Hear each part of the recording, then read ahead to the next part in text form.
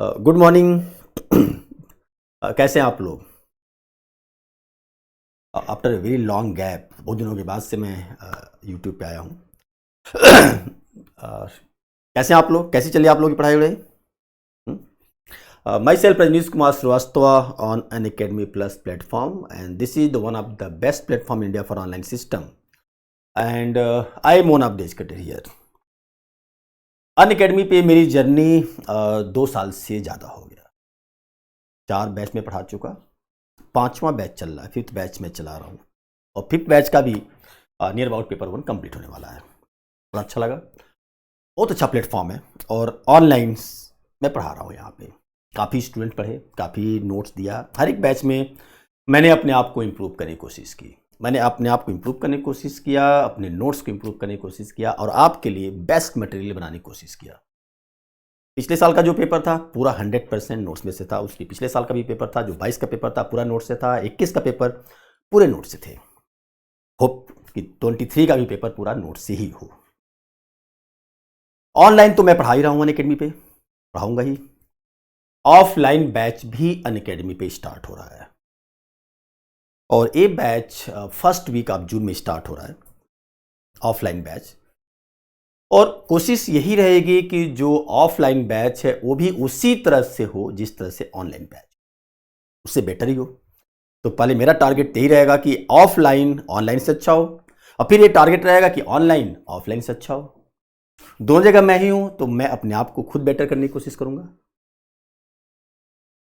कोशिश ये है कि कितने मार्क्स आपके आने चाहिए मैथमेटिक्स में। मेरा कोशिश ये है कि आपके कम से कम 375 मार्क्स मैथमेटिक्स आना चाहिए, और ये बहुत आसानी से आ जाता है। जिन लोग ये बोलते हैं कि 375 स्कोर करना टफ है, मैथमेटिक्स बहुत टफ सिलेबस है, बहुत वास्ट है, पता नहीं कोर्स कंप्लीट होगा कि नहीं होगा, बहुत ईजी है।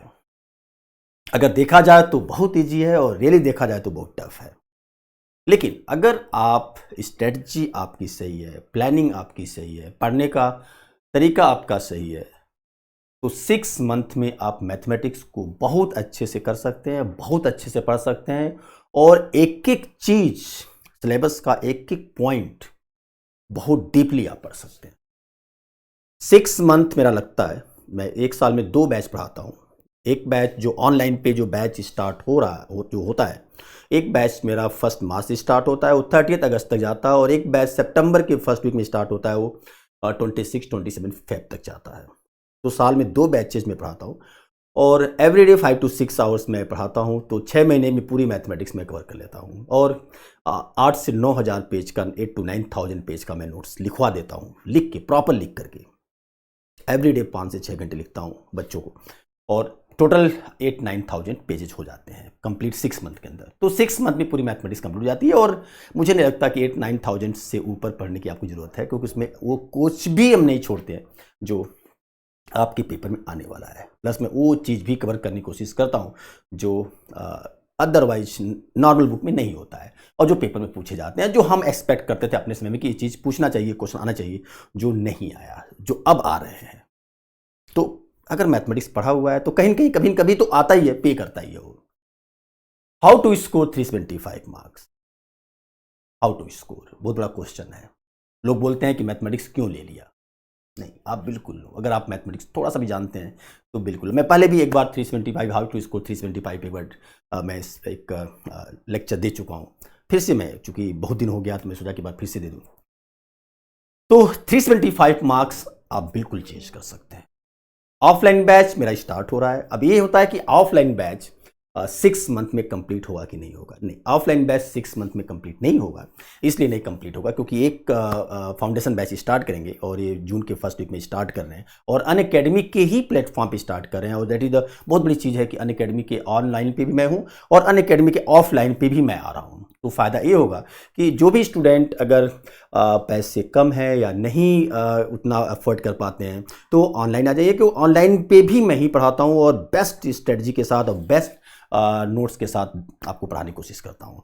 और ऑफलाइन में भी मैं ही हूँ। तो इससे फ़ायदा ये हो जाएगा कि अगर आप ऑफलाइन नहीं करना चाहते हैं तो ऑनलाइन में आ सकते हैं, अगर ऑफलाइन करना चाहते हैं तो ऑफलाइन में आ सकते हैं, तो कहीं भी आ सकते हैं, और सेम नोट्स ऑफलाइन से बेटर ऑनलाइन करने की कोशिश करूंगा, ऑनलाइन से बेटर ऑफलाइन करने की कोशिश करूंगा। तो ऑफलाइन की बैच आपका 9 मंथ का है, 9 मंथ से 10 मंथ की क्लासेस चलेंगी, क्योंकि 5 आवर्स क्लासेज नहीं हो पाती हैं, आप ऑफलाइन नहीं हो पाएंगी। 3 घंटे क्लास होगी, 3 घंटे 4 घंटे क्लास में लेने की कोशिश करूंगा, 3 आवर्स की क्लास लेने की कोशिश करूंगा। तो ये आपका, और 75 to 80 आवर्स पर मंथ लेने की कोशिश करूंगा, 80 घंटे, जो कि ऑनलाइन में 120 घंटे होती है। तो थोड़ा सा वो आगे बढ़ जाएगा, लेकिन बेस्ट होगा। और मैथमेटिक्स ऑप्शनल, मुझे लगता है कि जितनी भी ऑप्शनल है उन सब में सबसे बेस्ट ऑप्शनल है, सबसे इजी ऑप्शनल है। हमें एक बार वर्क करना है, हमें एक बार मेहनत करनी है, एक बार पढ़ना है। टाइम लगता है, ऑब्वियस है, एक बार पढ़ने में टाइम लगेगा, लेकिन ऐसा नहीं है कि एक बार पढ़ने के बाद से दोबारा उसमें पढ़ने की जरूरत पड़ेगी। बिल्कुल जरूरत नहीं पड़ेगी। बहुत सारे टॉपिक ऐसे हैं मैथमेटिक्स में, अगर आप पढ़ लेते हो, अगर आप मैथमेटिक्स जानते हो, अगर आप थोड़ा सा भी मैथमेटिक्स जानते हो, अगर आप 20-30% भी मैथमेटिक्स का ABCD, आपको अल्फा बीटा गामा का सिंबल अगर आपको पता है, 12th तक आपने मैथमेटिक्स पढ़ा हुआ है, तो बिल्कुल डरने की जरूरत नहीं है। आप बिल्कुल आंख बंद करके मैथमेटिक्स ले लीजिए, आप बहुत अच्छा करेंगे, बशर्ते कि एक रेगुलरिटी होनी चाहिए। बहुत सारे स्टूडेंट बोलते हैं कि सर भूल जाता है, पीछे का भूल जाता है। अगर 375 प्लस स्कोर करना है तो एक बहुत सिंपल सा मूल मंत्र है, बहुत सिंपल सा, कि जब भी आप पहला चीज को जब भी आप UPSC की तैयारी करते हैं, एक तो बहुत बड़ी चीज़ मैं आप लोगों को ये बात बताने की कोशिश कर रहा हूँ मैं आप लोगों को, कि जब भी आप अगर UPSC की तैयारी करते हैं तो एक तो ये टेंशन, बर्डन, ये फ्रस्ट्रेशन, ये डिप्रेशन, ये सब चीज़ लेने की कोशिश मत करिए। फ्री होके पढ़िए, एकदम कूल होके पढ़िए। जहां आप, जैसे बहुत सारे स्टूडेंट बोलते हैं कि सर बहुत ज़्यादा टेंशन हो गया है, इस बात का टेंशन हो गया है। अगर आप टेंशन लोगे, 10 दिन पढ़ करके आपको टेंशन हो जा रही है, तो 10 टॉपिक पढ़ के आपको टेंशन हो जा रही है, तो 100 टॉपिक, 1000 टॉपिक कैसे पढ़ेंगे? आप तो फ्रस्ट्रेट हो जाएंगे, डिप्रेशन में आ जाएंगे। आप टेंशन नहीं लीजिए, पहला चीज़ कूल होके पढ़िए, और 1 साल तक रेगुलर पढ़िए बढ़िया से। डेली आप नोट्स तैयार करिए, नॉट मैथमेटिक्स ओनली, GS का भी। आप एक सिस्टम बनाइए, एक स्ट्रेटजी बनाइए कि हमको इतने घंटे मैथमेटिक्स पढ़ना है, इतने घंटे GS पढ़ना है। तो मैं जो स्ट्रेटजी बता रहा हूं आपका, जो 24 वाले स्टूडेंट हैं, अगर मेरे ऑफलाइन बैच में भी आ रहे हैं, 5 जून से स्टार्ट हो रहा है अनअकैडमी प्लेटफॉर्म पे, राजेंद्र नगर में, दिल्ली में, अगर उस पर आप आ रहे हैं, चाहे आप ऑनलाइन में आ रहे हैं, अगर आप GS पढ़ते हैं, अगर आप सब्जेक्ट पढ़ते हैं, तो मैं एक 24 वालों के लिए एक बेस्ट स्ट्रेटजी में बताने की कोशिश कर रहा हूँ। वो स्ट्रेटजी ये है कि अगर आप आज से स्टार्ट कर रहे हैं, 1 जून से स्टार्ट करें, सपोज 1 जून से, क्योंकि अभी रिजल्ट भी आने वाला है 22 का। 1 जून से अगर आप मान लो स्टार्ट करते हैं, आप क्या करिए, मैथमेटिक्स का एक पेपर लीजिए, और 3 महीने में, 3 मंथ के अंदर मैं मैथमेटिक्स का एक पेपर कंप्लीट कर देता हूं पढ़ा करके। चलो मैं अपनी स्ट्रेटजी से बता रहा हूं। 3 मंथ में मैं मैथमेटिक्स का एक पेपर कंप्लीट कर देता हूं, 6 मंथ में पूरा मैथमेटिक्स में कंप्लीट कर देता हूं। 28 टॉपिक है, और मैं बहुत प्रॉपर नोट्स लिखवा करके मैं कंप्लीट कर देता हूं। 8 से 9-10 हज़ार पेज मेरे नोट्स हो जाते हैं, और कवर हो जाता है, और पूरा टॉपिक होता है, और एक भी क्वेश्चन उससे बाहर नहीं जाता है। और वो बुक मैं कवर करने की कोशिश करता हूँ, उस बुक के क्वेश्चन कराने की कोशिश करता हूँ जो बच्चे नाम भी नहीं सुने होंगे, जो यहाँ पे आम कोचिंग सेंटर में मिलेगा भी नहीं उसका क्वेश्चन, राइट। तो उस सब कुछ कवर करने के बाद भी कंप्लीट हो जाता है। तो मैं एक स्ट्रेटजी बता रहा हूँ आप लोगों को कि चलो, जनरली स्टूडेंट ये सोचता है कि यार ये पढ़ रहे हैं तो ये छूट रहा है, ये पढ़ रहे हैं तो ये छूट रहा है, ये पढ़ रहे हैं तो ये छूट रहा है। आप थोड़ा सा पीसफुली पढ़ो, कूल होकर के। मैथमेटिक्स का एक पेपर उठा लो, पेपर 1, 3 महीने। 3 महीने अगर आप 8 घंटे मैं इसलिए बोला हूँ, 8 आवर्स इसलिए बोला हूँ क्योंकि 5 आवर्स क्लास हो जाती है, 5 घंटे क्लास हो जाती है। 3 घंटे आप उसी 5 आवर्स की जो क्लास किया था उसको एक बार अपनी लैंग्वेज में, अपने नोट्स, अपना एक नोट्स लिख करके उसको बना लीजिए। या जो मैंने बताया, क्योंकि मैं बहुत सिस्टमेटिक प्रॉपर निकलवाता हूँ, मैं इस टाइप के लिखवाता हूँ कि दैट इज आंसर राइटिंग भी आप कर सकते हो उसको, कि आंसर राइटिंग कैसे होना चाहिए। आपको अदर से कोई आंसर राइटिंग मैथमेटिक्स करने की जरूरत नहीं है। जो मैं लिखवा रहा हूँ वो प्रॉपर आंसर राइटिंग होता है, उसमें कुछ भी आपको एड ऑन करने की जरूरत नहीं है। आप उसी चीज को एक बार 3 घंटे बैठ कर प्रैक्टिस कर लीजिए। 7 से 8 घंटे मैथमेटिक्स पे दीजिए, एक पेपर उठाइए, उसके साथ GS का एक पेपर उठाइए। ऐसा नहीं GS पूरा उठा लीजिए, नहीं, तब प्रॉब्लम हो जाती है। आप एक GS का पेपर उठा लीजिए, मैथमेटिक्स का एक पेपर के साथ GS का एक पेपर उठा लीजिए, कोई भी पेपर जो आपका बहुत इंटरेस्टिंग पेपर है, जैसे आप ज्योग्राफी बहुत अच्छा लगता है आपको, आप उसको उठा लीजिए। अगर आपको पॉलिटी बहुत अच्छा लगता है उसको उठा लीजिए। लेकिन हाँ, उस पेपर को उठाने की कोशिश करिए जिसका यूपीएससी में वेटेज काफ़ी अच्छा होता है। लाइक आप पॉलिटी उठा लीजिए, बहुत अच्छा वेटेज होता है। आप साइंस टेक उठा लीजिए, जबकि आज के डेट में सबसे इंपॉर्टेंट जो टॉपिक है वो है इन्वायरमेंट, इकोलॉजी, ज्योग्राफी वाला टॉपिक, आप इसको पहले उठा लीजिए।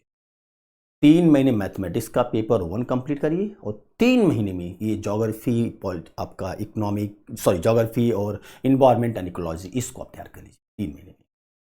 7 से 8 घंटे मैथमेटिक्स पढ़िए, 7 से 8 घंटे जीएस पढ़िए, 15 घंटे पढ़िए, वर्क करिए 15 घंटे। 15 आवर्स, लोग बोलते हैं 5 घंटे 5 आवर्स में वर्क में हो जाएगा, नहीं, नहीं होता है।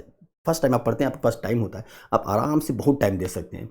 तो एक जीएस का पेपर उठा लीजिए, एक मैथमेटिक्स आपका कंप्लीट होगा, उसी के पैरेलल आपका एक जीएस कंप्लीट होगा। लेकिन मैथमेटिक्स पढ़ते समय एक जो बहुत बढ़िया स्ट्रेटजी होता है कि जब भी आप नेक्स्ट पढ़ने की कोशिश कर रहे हैं, जैसे आपका आज की क्लास पढ़ा दिया गया और कल की क्लास में फिर 5 घंटे जब आप 5 आवर्स वर्क करेंगे, तो पिछला 5 आवर्स का जो आपने कंटेंट पढ़ा था कल, उसको एक बार गोज थ्रू जाइए, पन्ने पलट लीजिए, एक बार ब्रश अप कर लीजिए, आधे घंटे लगा के, 10 मिनट लगा करके उसको एक बार पन्ने जरूर पढ़ जाइए, उससे आपको ये आइडिया लग जाएगा कि हाँ हाँ ये चीज़ हम पढ़े थे और यहाँ यहाँ पे प्रॉब्लम हो रही है, तो उसको एक बार देख जाइए।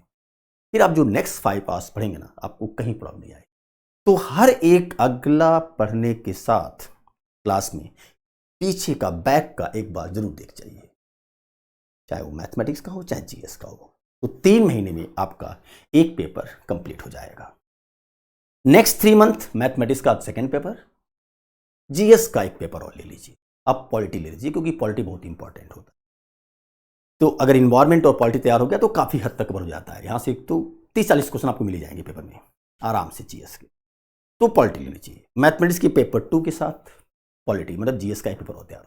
तो मतलब ये हुआ कि आपका मैथमेटिक्स ऑप्शनल के साथ आपका जीएस का 2 पेपर तैयार हो गया। तो अगर आप जून से स्टार्ट करते हैं तो जून, जुलाई, अगस्त 3 महीने मैथमेटिक्स का पेपर 1 कंप्लीट, सितंबर, अक्टूबर, नवंबर मैथमेटिक्स का पेपर 2 कंप्लीट। ये दिस इज ऑनलाइन सिस्टम में बात कर रहा हूँ, ऑनलाइन सिस्टम की बात कर रहा हूँ, ऑनलाइन सिस्टम की बात कर रहे हैं हम। अभी ऑफलाइन का भी बताता हूँ कि ऑफलाइन में क्या स्ट्रेटजी होनी चाहिए। तो 6 मंथ के अंदर आपका 2 पेपर, पूरा मैथमेटिक्स तैयार हो गया और जीएस का 2 पेपर तैयार हो गया। मतलब जून, जुलाई, अगस्त, सितंबर, अक्टूबर, नवंबर, 30 नवंबर तक आपने पूरा पढ़ लिया। दिसंबर में वापस आइए, मैथमेटिक्स का पेपर 1 फिर से उठाइए। अब थोड़ा सा कम कर दीजिए टाइम, मतलब जो आप 5 घंटे क्लास करते तो क्लास तो नहीं करना है ना, अब उसको 3 घंटे पे लेकर आओ, 3 आवर्स। 3 आवर्स आप क्लास जैसे करते थे ना, आप बिल्कुल जैसे आपने क्लास में पढ़ा था बिल्कुल वैसे ही आप पढ़िए। लेकिन जो छोटे छोटे क्वेश्चंस जो आपको बहुत अच्छे से आते हैं उसको करने की जरूरत नहीं है, उसको ओवरलुक करते हुए, थोड़ा सा देखते हुए कि ये तो आता ही है, इसको दोबारा लिखने की क्या जरूरत है, बढ़िया बढ़िया जो क्वेश्चन है उसको एक बार बना जाइए डेली। और 2 घंटे प्रैक्टिस करिए क्वेश्चन बैंक। क्वेश्चन बैंक मतलब पीछे सा पिछले साल का पेपर। तो 5 घंटे दीजिए। तो पहले जो 8 घंटे आप 8 आवर्स दे रहे थे उसको 5 आवर्स पे लेकर आइए मैथमेटिक्स को। अब आपके पास बच गया 10 आवर्स। 5 आवर्स जो मैथमेटिक्स के साथ जो आपने ज्योग्राफी, इन्वायरमेंट एंड इकोलॉजी जो आप पढ़ा था उसका आंसर राइटिंग लिखना शुरू करिए 3 घंटे। और आपका 8 घंटे, फिर से 7 से 8 घंटे पेपर 3 जीएस का उठा लीजिए, थर्ड पेपर, ठीक है। साइंस एंड टेक इसको उठा लीजिए, इकोनॉमिक उठा लीजिए, जो उठा लीजिए, जो छोटे छोटे हैं 2 उठा लीजिए, या सबसे पहले इसके साथ एथिक्स उठा लीजिए, एथिक्स उठा लीजिए। लेकिन एथिक्स बाद में भी करेंगे तब भी काम चल जाएगा, क्योंकि जीएस के साथ कोई लिंकअप नहीं है, उसका पेपर में ऑप्शनल पीटी में नहीं आने वाला होता है। तो आप, और जब भी आप पढ़ने बैठे पीटी कमेंट्स मतलब जो 3 महीने आप पढ़ते हैं जीएस का, वो इस तरह से पढ़िए कि एक तरफ ऑब्जेक्टिव लिखते जाइए और उसी का एक तरफ सब्जेक्टिव लैंग्वेज लिखते जाइए। आप साइंस टेक और इकोनॉमिक्स उठा लीजिए 3 महीने, दिसंबर, जैन, फेब। तो दिसंबर, जैन, फेब में फ़ायदा ये हो गया आपको कि मैथमेटिक्स का पेपर 1 आपका रिवीजन हो गया और एक जीएस का और आपका पेपर तैयार हो गया, साइंस टेक इकोनॉमिक्स। तो 3 पेपर आपका जीएस का तैयार हो गया बढ़िया से, और 3 पेपर आपका मैथमेटिक्स का 2 पेपर तैयार हो गया, एक रिवीजन हो गया। मार्च, अप्रैल, मई 3 महीना आपके पास बचा। उस 3 महीने के अंदर मैथमेटिक्स का पेपर 2 एक बार रिवीजन में डाल दीजिए और एक बार जीएस का जो आपका हिस्ट्री है उसको प्रॉपर पढ़ लीजिए और पीछे के टॉपिक को रिवीजन में डाल दीजिए। तो इससे फ़ायदा ये हो गया कि एक साल के अंदर आपका मैथमेटिक्स का सारा पेपर 2 बार, मतलब दोनों पेपर 2 बार तैयारी, और जीएस आपका कंप्लीटली 4 के चारों पेपर तैयार हो गए। एथिक्स का पेपर आप डेली एवरी डे, अब थोड़ा सा मैं बता रहा हूँ, थोड़ा सा दो चीज़ और फोकस कर रहा हूँ मैं आप लोगों को अलग से, वो भी आपका जून के साथ ही फोकस कर रहा हूँ, जून के साथ, कि 1 घंटा आप टाइम रखिएगा डेली मॉर्निंग में और 1 घंटा टाइम रखिएगा इवनिंग में। आप उसी में से निकालिएगा टाइम, ऐसा नहीं कि अलग से आपको पढ़ने की जरूरत है, उसी में से थोड़ा टाइम उसको आधा घंटा कंप्लीट करके कम करके 1 घंटा सुबह बना लीजिएगा, 1 घंटे शाम बना लीजिएगा। इवनिंग में 1 घंटा एवरीडे आप एक क्वेश्चन एथिक्स का करेंगे, एथिक्स एक क्वेश्चन, और एक क्वेश्चन आप मैथमेटिक्स का एक टॉपिक है जो स्टूडेंट बहुत भागता है उससे, तो डेली आपको एक क्वेश्चन करिएगा, स्टैटिक्स का एक क्वेश्चन या डायनेमिक्स का एक क्वेश्चन, और ये आप 1 साल तक करेंगे। 1 साल तक एथिक्स करेंगे, 1 साल तक statics, dynamics, fluid dynamics and mechanics of rigid body करेंगे। तो 1 साल 365 डेज। तो अगर एक एक क्वेश्चन डेली करते हैं तो एथिक्स के 365 क्वेश्चन तैयार हो जाएंगे, और स्टैटिक्स, डायनेमिक्स, फ्लूइड डायनेमिक्स और मैकेनिक्स ऑफ रिजिड बॉडी के 365 क्वेश्चन तैयार हो जाएंगे, जो कि मैं 400-450 क्वेश्चन में कराता हूँ। तो 365 क्वेश्चन आपके इसके तैयार हो जाएंगे। अब बताइए ना मुझको, कहाँ से आपका सिलेबस टफ है, कहाँ से आपका पेपर टफ है, कहाँ से यूपीएससी टफ है। यूपीएससी एक सिस्टमेटिक और प्लान्ड वे गेम है, एक सिस्टमेटिक, एक आपका स्ट्रेटजी वाइज गेम है। अगर आप स्ट्रेटजी से भटकते हैं तो आप फंसेंगे, आप नहीं कर पाएंगे, तो आपको टफ लगेगा। जैसे आप कोशिश एक करते हैं, जैसे हर एक स्टूडेंट्स का होता है कि अरे यार अब ज्योग्राफी पढ़ रहे हैं, तुम्हारा हिस्ट्री छूट गया, पॉलिटी छूट गया, ये छूट गया, वो छूट गया, तो ये कैसे कवर होगा। आप थोड़ा सा पेशेंसली वर्क करो ना। पेशेंसली वर्क करने का मतलब हो गया कि एक समय पे एक ही चीज़ करो ना, एक समय पे 10 चीज़ करने की कोशिश करोगे तो ऑब्वियस है कि फ्रस्ट्रेट होने की कोशिश करेंगे। पहला चीज़। दूसरा चीज़ कि अपने दिमाग में ये चीज़ बिल्कुल लाने की कोशिश नहीं करो कि 10 क्वेश्चन पढ़ने के बाद आपको टेंशन हो जा रहा है, 20 क्वेश्चन पढ़ने के बाद आपको टेंशन हो जा रहा है, नहीं समझ में आ रहा है, टेंशन। जो चीज़ आपको समझ में नहीं आ रहा है, आइदर इन मैथमेटिक्स और इन जीएस, किसी भी में, चाहे मैथ्स के अंदर चाहे जीएस के अंदर, जो चीज़ आपको समझ में नहीं आता है, आप अपनी नोट्स के साथ जब पढ़ते हैं तो उसके साथ एक पतली सी रजिस्टर जरूर साथ में रखें, एक थिन रजिस्टर पतली सी, उस पर उसको लिख लो कि ये चीज़ मुझको समझ में नहीं आया। उस क्वेश्चन को राइट डाउन कर दो, उस क्वेश्चन का आंसर को राइट डाउन कर लो, ठीक है, उसी को आपको पढ़ना है। तो ये नहीं कि उसके लिए टेंशन लेने की जरूरत है कि अगर आप 10 क्वेश्चन में 8 क्वेश्चन का आंसर बहुत प्रॉपरली देते हैं, यू आर द सुपर्ब। किसने कहा कि आपको मैथमेटिक्स नहीं आती है? आप मैथमेटिक्स में बहुत अच्छे हो। 8 क्वेश्चन अटेम्प्ट करना आसान बात नहीं है 10 में से। आप अगर आप 10 में से 7-8 कर लेते हो बहुत अच्छा है। 2 क्वेश्चन की करनी प्रॉब्लम है, वो तो सबसे होता है यार, वो हमसे भी होगा, वो सबसे। ऐसा थोड़ा कि हम पैदाइशी जेम्स बॉन्ड के औलाद हो जाएंगे मैथमेटिक्स में, नहीं ना, नहीं होता है, ऐसा नहीं होता है, तो नहीं होता है। 10 क्वेश्चन में अगर आप 7 क्वेश्चन 8 क्वेश्चन आप बहुत अच्छा लिखते हैं, बहुत अच्छा करते हैं, तो आपको सिर्फ 2-3 क्वेश्चन की प्रॉब्लम है, वो तो होना भी चाहिए यार। अगर होना नहीं, अगर उतना भी नहीं होगा तो आदमी एरोगेंट हो जाएगा ना, अरे यार क्या ऐसा मैथमेटिक्स क्या है, वो सारा कुछ आता है, तो आदमी पढ़ेगा नहीं, राइट। तो मेरा कहने का मतलब ये है कि अगर 10 में 8 क्वेश्चन, 10 में 8 क्वेश्चन का आंसर बहुत अच्छा आप लिखते हैं, अब सुपर्ब है, सुपर्ब नहीं इंटेलिजेंट, बहुत अच्छा आपका मैथमेटिक्स है। अगर 10 क्वेश्चन में 7 क्वेश्चन 6 क्वेश्चन अगर जीएस का आप लिख लेते हैं, आंसर लिख लेते हैं, बड़ा अच्छा आंसर करते हैं, आप सुपर्ब है जीएस में। आपको सिर्फ 30-40%, 20-30% पे आपको वर्क करना है, और 20-30% वर्क तो कभी भी किया जा सकता है यार। रात को 2 घंटे बैठ के जग करके वर्क किया जा सकता है, क्योंकि एक कॉन्फिडेंस बिल्डअप हो जाएगा कि यार 80% तो हमको आता ही है, 20% पे ही वर्क करना है, और 20% is the only problem, not 80% is the problem. No, that 80% तो बिल्कुल आता है, उसमें कोई सोचना ही नहीं है। तो अब देखो ना तमाशा उसके पास है 375 क्या, आप you can score more than 400।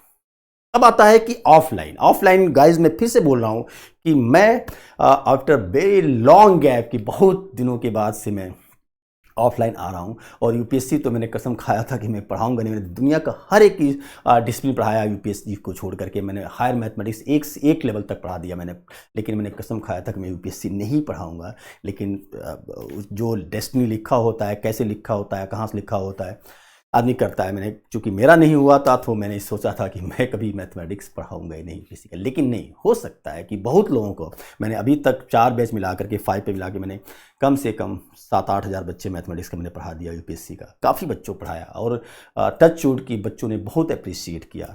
And thanks to all the guys, all the students जो मुझसे पढ़े और जिन लोगों ने मुझको बहुत अप्रिशिएट किया कि रजनीश सर आप बहुत अच्छा पढ़ाते हैं, चाहे आप बहुत अच्छा लिखाते हैं। तो thanks to all of you guys कि जो लोग आप सभी बोलते हो कि, तो इससे एक होता है कि एक एनर्जी मिलता है, एक वो मिलता है कि और अच्छा करने की कोशिश करता हूँ। और हर एक बैच में बच्चे बोलते हैं कि सर आपने ये बैच तो पिछले बैच से अच्छा पढ़ाया। नहीं, हमने हर एक बैच को अच्छा पढ़ाया। जब मैंने फर्स्ट बैच पढ़ाया मार्च 2021 में मैंने स्टार्ट किया अनअकैडमी पे, फर्स्ट बैच जब पढ़ाया अनअकैडमी पे तो वो बैच भी बहुत अच्छा पढ़ाया, तो उसमें बच्चे बोले कि सर बहुत अच्छा आपने पढ़ाया। जब सेकंड बैच बचाया तो बच्चे बोले कि सर फर्स्ट बैच में आपने उतना अच्छा नहीं पढ़ाया, सेकंड बैच आपने उससे अच्छा पढ़ाया, बहुत बढ़िया सेकंड लिया। जब थर्ड बैच पढ़ाया तो थर्ड बैच वाले बच्चे बोले कि नहीं सर आप तो सेकंड वाला भी नहीं अच्छा पढ़ाया, इससे अच्छा तो आपने थर्ड पढ़ाया। जब फोर्थ पढ़ाया तो बच्चे बोले कि सर आप तो इसमें बहुत सिस्टमेटिक कर दिया, जो तीनों बैच से बेटर नोट्स आपका फोर्थ बैच का है। और फिफ्थ बैच वाले बच्चे बोलते हैं कि नहीं सर हम लोग का बैच का नोट्स जो है बाकी चारों बैच से, क्योंकि हर एक स्टूडेंट, कई सारे स्टूडेंट ऐसे हैं जो कि बैच 2 भी किए हैं, बैच 3 भी किए, तो कंपेयर कर लेते हैं कि, और ऑब्वियस है कि यार 5वां बैच पढ़ाते समय फिफ्थ बैच को पढ़ाते समय तो 4 बार तो मैंने भी तो रिवीजन कर लिया 4 बार रिवीजन करने का मतलब हो गया कि जो चीज़ें फर्स्ट बैच में मैंने छोड़ा था उसको मैंने सेकंड में कवर करने की कोशिश किया, डालने की कोशिश किया। जो सेकंड में मैंने छोड़ा था उसको थर्ड में डालने की कोशिश किया, जो थर्ड में छोड़ा था उसको फोर्थ में डालने की कोशिश किया। तो हर एक बैच में मैंने खुद अपने आप को इंप्रूव किया। और मैं जब भी पढ़ाने की कोशिश करता हूँ या लिखने की कोशिश करता हूं तो मैं ये सोच के लिखता हूं, ये सोच के पढ़ाता हूं कि सपोज कि अगर मैं एक स्टूडेंट होता, यूपीएससी एस्पिरेंट होता, तो मैं क्या लिखता, मुझे कैसा लिखना चाहिए। तो मैं वही चीज सोच करके कि मैं स्टूडेंट हूं, तो जब मैं लिखता हूं तो एज ए स्टूडेंट लिखता हूं, और जब पढ़ाता हूं तो एज ए एजुकेटर पढ़ाता हूं। तो पढ़ाने के समय एजुकेटर का कॉन्सेप्ट डालता हूं, और लिखते समय कि मैं स्टूडेंट होकर के अगर होऊंगा तो मैं कैसे लिखूंगा, जिससे कि मेरी अगर 15 मार्क्स का क्वेश्चन है तो 15 में 15 कैसे मिलेगा, क्या चीज़ हमको इसमें लिखना चाहिए और क्या चीज़ नहीं छोड़ना चाहिए, जिससे कि हमारा 15 में 15 में 15 मार्क्स आ जाए। राइट, ये तो था कि थोड़ा सा स्ट्रेटजी की कैसे आपको पढ़ना चाहिए। अब आता है कि ऑफलाइन बैच का स्ट्रेटजी क्या होगा। ऑफलाइन बैच 9 मंथ का शेड्यूलिंग है, 9 to 10 मंथ का है। तो यही चीज आप 3-3-3 कर लो। 3-3-3 करने का मतलब ये हुआ कि फर्स्ट 3 मंथ में मैथमेटिक्स चलेगा ही चलेगा, जीएस का एक पेपर, नेक्स्ट 3 मंथ में मैथमेटिक्स चलेगा, जीएस का दूसरा पेपर, नेक्स्ट 3 मंथ मैथमेटिक्स चलेगा, जीएस का तीसरा पेपर। मतलब 9th मंथ में मैथमेटिक्स कंप्लीट हो जाएगा, 9th मंथ में आपका जीएस का 3 पेपर कंप्लीट हो जाएगा। 3 महीने में मैथमेटिक्स कभी भी आप गिव अप करने की मतलब ये हो गया कि ऐसा नहीं कि आप नेक्स्ट टॉपिक पढ़ रहे हैं तो पिछला टॉपिक आप छोड़ते जा रहे हैं। नहीं, मैथमेटिक्स मतलब ये हो गया कि आप आगे पढ़ रहे हैं तो पीछे का रिवीजन जरूर करते चले, नहीं तो मैथमेटिक्स है भूलता है यार। और इसमें डरने की जरूरत नहीं है, भूलता है तो भूलता है, सबका भूलता है यार, ऐसा नहीं कि आपका ही मुझसे ही फंसता है। मैथमेटिक्स है ना, मैं कहूं कि मैं मैथमेटिक्स का जेम्स बॉन्ड हूं, मैं जेम्स बॉन्ड को ला दूं, जैसे लोग बोलते हैं कि I am the Guru of mathematics, I am the bond of. अरे यार कितना मैथमेटिक्स जानते हो, आपकी बॉन्ड हो, गुरु हो, ये हो, कुछ नहीं हो ना, मैं कुछ हूं। हाँ, अगर मैथमेटिक्स का 0.00001% जान गया तो उतने में तो बहुत कुछ हिला देगा आदमी समझ रहे हो ना। तो मुझसे ही भूलता है यार, ऐसा नहीं कि आप फंसते हो, आपको डिप्रेशन। बहुत सारे बच्चे बोलते हैं कि सर जब क्वेश्चन फंसता है तो टेंशन हो जाती है। उस टेंशन को नहीं लाओ, उसको साइड में, उस क्वेश्चन को लिख लो और फिर उसको करो। मुझसे ही फंसता है, मैं भी फंस जाता हूँ, क्लास में भी फंस जाता हूँ, क्लास में भी हो जाता है। लेकिन हाँ, जितनी आप प्रैक्टिस करेंगे मैथमेटिक्स उतना ही आएगा। और 375 क्या 400 भी स्कोर करना बहुत आसान है। तो मैं नेक्स्ट स्ट्रेटजी में आप ही बताऊंगा कि कौन कौन से टॉपिक आपको पहले पढ़ना चाहिए, किस टॉपिक आपको फोकस करना चाहिए, किस टॉपिक को आपको रेगुलर कंसिस्टेंसी चाहिए जिसको डेली पढ़ना है, और किस टॉपिक को नहीं पढ़ेंगे, एक बार पढ़ के भी छोड़ देंगे तब भी पेपर उठाएंगे तब भी हो जाएगा। तो मैं उसको बताऊंगा आपको प्रॉपर सिस्टमेटिक वाइज कि कैसे आपको चलता है। तो अभी जो है ऑफलाइन, तो गाइज मैं ऑफलाइन बैच में आ रहा हूँ, और ऑफलाइन जून में आ रहा है, जून में 5 जून से, मोस्ट प्रॉब्ली 5 जून से मेरा बैच स्टार्ट हो रहा है, और अनअकैडमी के प्लेटफॉर्म हो रहा है। और सबसे बड़ी चीज़ प्लस पॉइंट ये है कि मैथमेटिक्स ऑनलाइन और ऑफलाइन दोनों अनअकैडमी पे रहेगा, और दोनों में मैं ही पढ़ाने वाला हूँ। तो इससे फ़ायदा ये हो गया कि मैं ऑनलाइन में भी मिलूंगा आपके साथ, ऑफलाइन में मिलूंगा, ठीक है। हो सकता है, लेकिन जो फीस स्ट्रक्चर है वो भी फीस स्ट्रक्चर भी ऐसा नहीं कि ऑफलाइन का फीस स्ट्रक्चर बहुत ज़्यादा अनअकैडमी का नहीं, बाकी जो कोचिंग सेंटर उनसे बहुत कम रखवाया गया है, बहुत कम रखा गया है, और आप जितना उतना आसानी से आप पे कर सकते हैं। तो बिल्कुल ऑफलाइन में आप आइए, मेरा रिक्वेस्ट है सभी स्टूडेंट से। वो स्टूडेंट भी मेरे जो पहले से पढ़े हुए हैं तो वो भी एक बार मेरी क्लास में ज़रूर आएंगे ऑफलाइन में, और क्या डिफरेंस होता है ऑफलाइन में ऑनलाइन में, और ऑफलाइन अच्छा होता है या ऑनलाइन अच्छा होता है, ये मैं बताऊंगा आप लोगों को नेक्स्ट स्ट्रेटजी में, ठीक है। उसके बाद से हर दिन मैं एक टॉपिक उठाऊंगा, एक टॉपिक यूट्यूब पे, एक मैथमेटिक्स का पेपर 1 का चाहे पेपर 2 का एक टॉपिक उठाऊंगा, और उस टॉपिक को पूरा का पूरा मैं यूट्यूब पे पढ़ा दूंगा, बढ़िया से पढ़ा दूंगा। एक एक क्वेश्चन डेली करेंगे उसका, और कंप्लीट जो सबसे टफेस्ट टॉपिक होगा, मैं कोशिश यही करूंगा जो सबसे डिफिकल्ट टॉपिक है उसको उठाऊं, और उसके सारे क्वेश्चन को जो पेपर में आपके आ सकते हैं वो सारा कुछ कराने की कोशिश करूँ। Thank you very much, bye bye. And बहुत दिनों बाद आपसे बात करके बहुत अच्छा लगा। Thank you very much, bye bye, take care, good day.